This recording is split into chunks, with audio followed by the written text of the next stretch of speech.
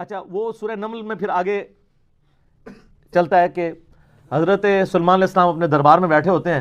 اب سارے ان کے کمانڈر حاضر ہیں, جنوں کا کمانڈر بھی ہے, اسی طریقے سے انسانوں کے کمانڈر بھی, سارے ان کے سردار وہاں پہ جمع ہیں. تو جو ان کی ایئر فورس کا کمانڈر تھا نا وہ ہدہد تھا. آپ نے فرمایا وہ کدھر غائب ہے, اور پھر ساتھ فرمایا کہ وہ اپنی غیر حاضری کی کوئی جسٹیفیکیشن مجھے پیش کرے, اور اگر اس نے کوئی ایسی جسٹیفیکیشن نہ پیش کی کہ وہ میرے دربار سے غائب کیوں ہے تو میں اسے سزا دوں گا یا میں اسے ذبح کر دوں گا. بس یہ آپ ورڈک بولتے ہیں تو تھوڑی دیر بعد ہدہد آ جاتا ہے اور وہ اپنی جسٹیفیکیشن پیش کرتا ہے. اب ظاہر ہے وہ میں نے بتایا کہ سورہ نمل میں ہی آتا ہے کہ اللہ تعالیٰ نے جانوروں کی بولیاں سکھا دی تھی ان کو. تو حضرت سلیمان علیہ السلام اس سے پوچھتے ہیں کہ بتاؤ سر پھر ہدہد دیکھیں کڈا پکا مواحد سی. وہ کہتا ہے کہ اے سلیمان علیہ السلام میں آپ کے لیے ایک ایسی خبر لے کے آیا ہوں جو آپ کے علم میں بھی نہیں ہے. بابی نہیں تھا ہدہد ہاں. اچھا سلیمان علیہ السلام نے کہا کیا خبر لے کے آیا ہوں؟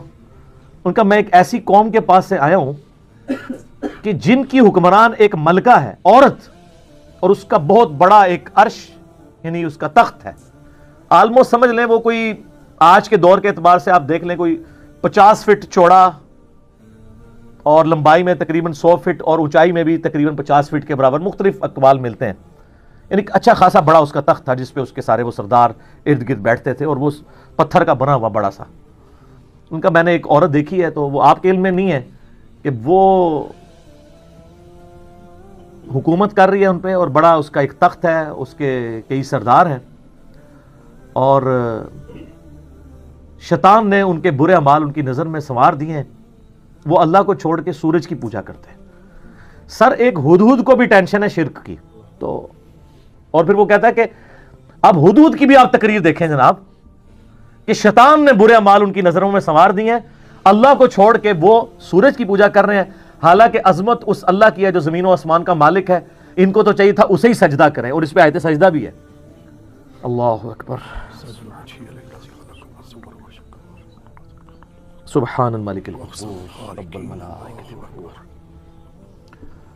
تو اب حضرت سلیمان علیہ السلام چونکہ توحید کے امام ہیں, دنیا پہ اللہ تعالیٰ کے ریپریزنٹیٹیو ہیں, جب وہ یہ بات سنتے ہیں نا تو وہ کہتے ہیں میں تیری اس بات کی تصدیق کروں گا کہ تو سچ کہہ رہا ہے یا جھوٹا بہانا تو نہیں کہیں کر رہا تو. حضرت سلیمان علیہ السلام نے ایک خط لکھا, اور خط اس کو دے کے پھر دیکھنا اس کا کیا جواب دیتے ہیں. ہدہد جناب لے کے خط پہنچا ہے, اور جا کے اب ہدہد ایک خط لے کے آ رہا ہو اور ملکہ کے وہ جا کے بیڈ روم میں سیدھا جا کے لینڈ کرتا ہے, کوئی سیکورٹی گارڈ کوئی کچھ نہیں روک سکتا, وہ کھڑکی سے آ کے اس میں لینڈ کر کے سامنے لا کے اس کے خط پھینکتا ہے. تو وہ اس خط میں تو 2 ٹوک جملے لکھے ہوتے ہیں, انہ من سلیمان و انہ بسم اللہ الرحمن الرحیم, اور تم سر تسلیم خم کر کے فوراً میرے پاس حاضر ہو جاؤ. بس یہ 2 لائنوں کا ایک جملہ ہوتا ہے.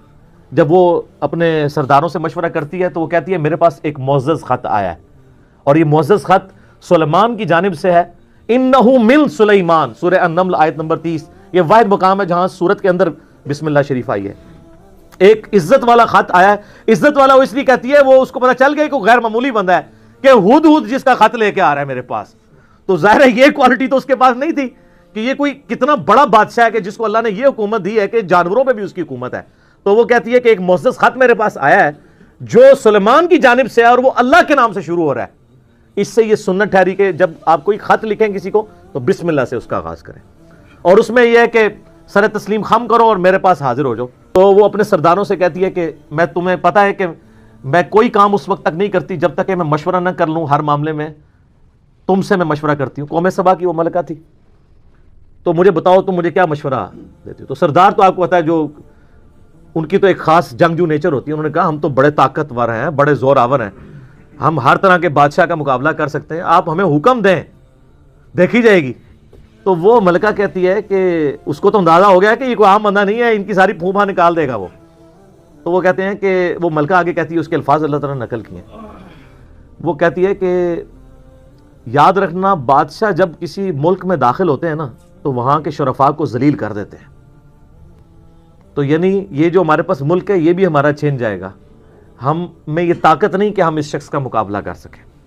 تو وہ کہتی ہے کہ اس میں جلدی نہیں ہمیں کرنی چاہیے, میں سلیمان کو نا کچھ گفٹ بھیجتی ہوں اور میں دیکھتی ہوں کہ اس کے رسپانس میں وہ کیا کرتا ہے، تو پتہ چل جائے گا کہ وہ واقعی ایک دنیا دار بادشاہ ہے یا اللہ کا ریپریزنٹیٹو ہے۔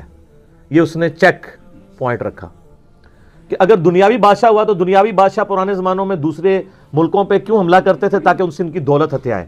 تو اگر ہم جزیہ دینے پہ آمادہ ہو جائیں اور سالانہ ہم ایک رقم مقرر کر لیں گے، اتنا آپ کو ٹیکس یا جزیہ دیا کریں گے، تو وہ ٹل جائے گا۔ تو وہ بڑے زیادہ تحائف دے کے نا ایلچی روانہ کرتی ہے سلمان علیہ السلام کے پاس، ٹھیک ہے۔ اور وہاں پہ سلمان علیہ السلام کے پاس جب وہ ایلچی پہنچتے ہیں تو سلمان علیہ السلام تو اسٹریٹ فارورڈ ان کو جواب دیتے ہیں کہ مجھے جو کچھ اللہ نے دیا ہے، تمہاری یہ دنیا کی حقیر دولت اس کے مقابلے میں کچھ نہیں ہے، مجھے تو اللہ نے کیا حکومت دی ہوئی ہے، ٹھیک ہے۔ تو بلکہ سورہ نمل میں اللہ تعالیٰ نے ان کی دعا بھی نقل کی ہے۔ سلمان علیہ السلام کہتے ہیں اللہ مجھے ایسی حکومت دینا جو میرے بعد پھر کسی کو نہ ملے۔ اور انسانی تاریخ میں سلمان علیہ السلام سے بڑا بادشاہ نہ ان سے پہلے کوئی گزرا ہے نہ بعد میں جس کو اس لیول کی اللہ تعالیٰ نے حکومت دی ہو۔ تو وہاں پہ جب ایلچی پہنچتے ہیں تو وہ ان کو اسٹریٹ فارورڈ جواب دیتے ہیں اور ان کو واپس کر دیتے ہیں کہ جاؤ اور اپنی ملکہ کو بتا دینا کہ اب ہم وہ لشکر لے کے آئیں گے جس کی تاب تمہارے لشکر نہیں رکھ سکتے، انتظار کرو ہمارا۔ تو وہاں سے چلے جاتے ہیں، وہ تو چلے جاتے ہیں اور سلمان علیہ السلام کو پتا ہوتا ہے کہ وہ مطیع ہو کے ہی آئے گی، کیونکہ وہ سمجھ گئے ہوتے ہیں کہ اس نے یہ جو ڈیسیژن کیا ہے وہ کیوں کیا۔ اب یہ فاصلہ آلموسٹ 2000 کلومیٹر کا ہے۔ قوم سبا آباد تھی یمن میں اور حضرت سلمان علیہ السلام یروشلم میں بیٹھے ہوئے تھے، بیت المقدس ایلیا شام کے اندر۔ آلموسٹ 2000 کلومیٹر کا یہ فاصلہ ہے۔ تو آپ سمجھ لیں یہ فاصلہ طے کرنے کے لیے بھی 40 سے 50 دن پیدل چاہیے۔ تو سلمان علیہ السلام جب ان کو واپس کرتے ہیں، وہاں پہ جب واپس خط پہنچتا ہے تو ظاہر ہے ملکہ تو پہلے ہی اس کو سمجھ آ گئی ہوتی ہے کہ کوئی عام بندہ نہیں ہے۔ تو ملکہ یہ ڈیسائیڈ کرتی ہے کہ میں خود سلیمان کے پاس جاؤں گی، کیونکہ اس خط میں پہلے میں کیا لکھا تھا کہ مطیع ہو کے میرے پاس حاضر ہو۔ سر یہ بادشاہ کا آپ لیول دیکھیں کہ دوسرا بادشاہ جنگ بھی نہیں کرنی پڑ رہی، سیدھا وہ خود حاضر ہو رہا ہے۔ خیر اس بات کو کچھ عرصہ گزر جاتا ہے۔ جب اس کا لشکر آنے کے 3-4 دن یا کچھ دن باقی رہ جاتے ہیں نا، تو سلمان علیہ السلام اپنی مجلس میں بیٹھے ہوتے ہیں۔ تو سلمان علیہ السلام اپنے درباریوں سے کہتے ہیں کہ وہ جو بلقیس ہے وہ مطیع ہو کے میرے پاس آنے والی ہے۔ ان کو پتہ ہے، فیڈ بیک مل جاتی ہے، اللہ تعالیٰ نے وحی کے ذریعے آگاہ کر دیا۔ تو پھر وہ ایک گفتگو کرتے ہیں وہاں پہ جہاں پہ وہ تخت بلقیس کا ذکر ہے، اور آصف بن برقیہ کا نام قرآن میں نہیں ہے، یہ اسرائیلی روایتوں میں۔ وہ سورۃ النمل کی آیت نمبر ہے، یہ آیت نمبر ہے 38۔ قال یا ایھا الملأ ایکم یأتینی بعرشھا قبل ان یأتونی مسلمین۔ حضرت سلمان علیہ السلام کہتے ہیں اے میرے سرداروں جو میرے ساتھ اٹیچ لوگ ہو، تم میں سے کون ہے کہ جو مجھے اس ملکہ کا تخت لا کر دے اس سے پہلے کہ وہ سر تسلیم خم کرتی ہوئی میرے پاس حاضر ہو جائے؟ کون ہے کہ جو ایسا کرے؟ تو ایک بڑا دیو ہیکل جن کہتا ہے کہ میں آپ کی اس محفل برخاست ہونے سے پہلے 3-4 گھنٹے کی جو بھی آپ کی مجلس ہوتی ہے، مجلس ختم ہونے سے پہلے میں وہ تخت آپ کو یہاں پہ لا دوں گا۔ انبلیویبل چیز ہے، 2000 کلومیٹر سے اتنا بڑا تخت پتھر کا وزنی، 3-4 گھنٹے کیا، وہ تو آج بھی آپ اگر جہاز میں بھی لائیں تو 3-4 گھنٹے میں نہیں پہنچ سکتا، اس کو تو لفٹ کرنے میں پرابلم ہو جائے گی۔ امانت دار بھی ہوں میں، پوری رسپانسبلٹی سے یہ کام کروں گا، اور میں طاقت بھی مجھے اللہ نے دی ہے، جنات کو اللہ نے بہت طاقت دی ہوئی ہے۔ تو حضرت سلمان علیہ السلام یعنی ایگری نہیں کرتے اس مسئلے میں۔ تو پھر ایک اور شخص، قال الذی عندہ علم من الکتاب، وہاں ایک شخص بیٹھا ہوتا ہے جس کے پاس کتاب میں سے علم ہوتا ہے۔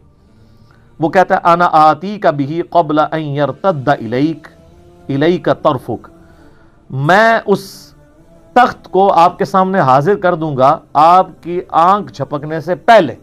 تو یہ اس نے دعویٰ کیا، بس یہ دعویٰ کرنے کی دیر تھی اور وہ لے بھی آیا تخت۔ فلما رآہ مستقرا عندہ، تو حضرت سلمان علیہ السلام نے جب وہ تخت وہاں پر آیا ہوا دیکھا، قال ھذا من فضل ربی، اور انہوں نے کہا حضور کڈے پہنچے بزرگ کو، کیا بات ہے، کیا صاحب کرامت ہو، نہیں اومٹ کر دیا. ان کا یہ میرے رب کا فضل ہے. کیوں ہے فضل؟ لیبلونی اشکر ام اکفر، تاکہ وہ مجھے آزمائے کہ میں اس کا شکر گزار بنتا ہوں یا نہ شکرا. یہ سر توحید ہے. وَمَن شَكَرَ فَإِنَّمَا يَشْكُرُ لِنَفْسِهِ، اور جو کوئی اللہ کا شکر کرے گا تو وہ بھی اپنے نفس کی خاطر ہی کر رہا ہوگا، اللہ کو کوئی پرواہ نہیں. وَمَن كَفَرَ، اور جو کوئی اللہ کی ناشکری کرے، فَإِنَّ رَبِّي غَنِيٌّ كَرِيمٌ، تو میرا رب تو غنی ہے، کریم ہے، اسے کسی کی پرواہ ہی نہیں ہے. هَذَا مِن فَضْلِ رَبِّي. اچھا اس کے بعد پھر آتا ہے کہ وہ ملکہ جب آئی، حضرت سلیمان علیہ السلام نے کہا کہ نا اس تخت کی حیت بدل دو، ڈیزائننگ اس کی تھوڑی سی چینج کر دو، جو اس کے اوپر کوئی پھول بوٹے لگے ہوئے تھے تھوڑا سا اسے ٹیمپر کرو، اور میں دیکھوں گا کہ وہ پہچانتی ہے اپنے تخت کو نہیں کہ نہیں پہچانتی. تو وہ پھر ملکہ وہاں پہ آ پہنچتی ہے. تو سلیمان علیہ السلام اسے ریسیو کرتے ہیں اور کہتے ہیں اس تخت کے بارے میں تیرا کیا خیال ہے؟ تو وہ بڑی سمجھدار ہوتی ہے. تو وہ کہتی ہے یہ تو لگتا ہے کہ یہ میرے تخت ہی ہے، اس کی مثل مجھے لگ رہا ہے بلکہ شاید وہی ہے. تو یہ اس کی سمجھداری کا بھی ثبوت ہے کہ وہ اس کو ٹیمپرڈ فارم میں بھی پہچان لیتی ہے. اور یہ اس کو دوسرا میسج مل جاتا ہے، انہوں نے کیا لڑنا ہے، اس نے کہاں سے لڑنا ہے. وہ تو یہ بھی نہیں تھی ایکسپیکٹ کر سکتی کہ 4 مہینے میں بھی کوئی اٹھا کے یہاں لا سکے. ابھی تو اس کو یہ پتہ ہی نہیں تھا یہ تو ایسے آیا ہوا ہے. ٹھیک ہے. تو پھر سلیمان علیہ السلام اسے اپنے جو ٹیمپل ہے نا اس کی بھی تھوڑی جھلک کرواتے ہیں. آگے ایک محل میں جب لے کے آتے ہیں کمرے میں، تو اس میں ایسے شیشے جڑے ہوئے ہوتے ہیں کہ وہ گویا دیکھنے میں تالاب محسوس ہو رہا ہوتا ہے. تو جب اس پہ پاؤں رکھنے لگتی ہے وہ سمجھتی شاید پانی والا تالاب ہے، تو وہ اپنے جو تہمد ہے یا جو بھی اس نے کپڑے پہنے ہوتے ہیں وہ تھوڑی سی اٹھا لیتی ہے، اس کی پنڈلیاں بھی ننگی ہو جاتی ہیں، وہ سمجھتی ہے پانی ہے، تو وہ پانی نہیں ہوتا. تو وہ امپریس ہوتی ہے اور پھر وہ وہاں پہ کہتی ہے کہ میں سلیمان کے ساتھ اپنے رب کے سامنے سر تسلیم خم کرتی ہوں، جو میں شرک کرتی رہی میں اللہ کی طرف رجوع لاتی ہوں. اور وہ اسلام قبول کرتی ہے. باقی اسرائیلی روایتوں میں پھر ملتا ہے کہ سلیمان علیہ السلام کا نکاح اس کے ساتھ ہوتا ہے. قرآن نے اس چیز کو ایڈریس نہیں کیا. قرآن تو بس کنکلوڈ اس پہ کرتا ہے کہ وہ مسلمان ہو جاتی ہے. ہوں تک تو ہوندی کیا ہے، میں انہیں انجین نہیں کر لگا، ہو چکی ہے، لیکن آج میں اس ایک واقعے کی کرنے لگوں انشاءاللہ تعالی. قرآن پاک خاموش ہے کہ یہ کون تھا بندہ. یہ جن تھا، انسان تھا، فرشتہ تھا، پیغمبر تھا. کہا وہاں پہ ایک شخص تھا جس کے پاس کتاب کا علم تھا. قرآن کی روح سے تو کتاب کا علم جو ہے نا وہ پیغمبر کو دیا جاتا ہے. عین ممکن ہے وہ پیغمبر ہو، کیونکہ ایک وقت میں کئی پیغمبر اگلے زمانوں میں ہوا کرتے تھے. عین ممکن ہے وہ کوئی فرشتہ ہو، جیسا کہ بخاری مسلم میں حدیث ہے، اے اللہ روح قدس کے ذریعے حسان کی مدد فرما. حسان ابن ثابت شعر کہتے تھے تو اللہ تعالیٰ کے حضور نبی علیہ السلام نے دعا کی کہ جبرائیل علیہ السلام کے ذریعے اس کی مدد فرما، جس طرح قرآن پاک میں آتا ہے عیسیٰ علیہ السلام کی اللہ نے مدد کی تھی روح قدس کے ذریعے کہ وہ مٹی کی مورت میں پھونک مارتے تھے وہ پرندہ ہو جاتی تھی. مادرزاد اندھے اور کوڑیوں پہ ہاتھ پھیرتے تھے تو اس کو شفا ہو جاتی تھی. روح قدس کے ذریعے حضرت عیسیٰ علیہ السلام کی مدد کی گئی. تو یہاں پہ بھی سلیمان علیہ السلام کی مدد کسی فرشتے کے ذریعے کی گئی ہو، عین ممکن ہے. اور امام فخر الدین رازی المتوفا 606 ہجری، جنہیں صوفیاء بھی امام مانتے ہیں اور علماء کا طبقہ بھی امام مانتا ہے، انہوں نے بڑی ایک مشہور تفسیر لکھی، تفسیر کبیر. بڑی بڑی خرافات ہیں اس تفسیر میں، اچھی چیزیں بھی ہیں. وہ بضد ہے کہ یہ جو الفاظ ہیں نا کہ وہ شخص جس کے پاس کتاب کا علم تھا یہ خود حضرت سلیمان علیہ السلام ہی تھے. سلیمان علیہ السلام خود وہ تخت لے کر آئے اور ان کا ھذا من فضل ربی، دیکھو میں لے آیا ہوں یہ. اچھا اب ان ساروں کو مصیبت پڑ گئی ہوئی ہے، پوری تصوف کھڑی تھی اس واقعے پہ. صوفیوں کے امام اور ایسا امام جسے علماء بھی امام مانتے ہیں، وہ کہتے ہیں سلیمان علیہ السلام آپ لے کے آئے ہیں. اب اگر وہ سلیمان علیہ السلام لے آتے ہیں تو ساری بابیں ختم. ٹھیک ہے، تو یہ میں نے علمی طور پہ بات کی.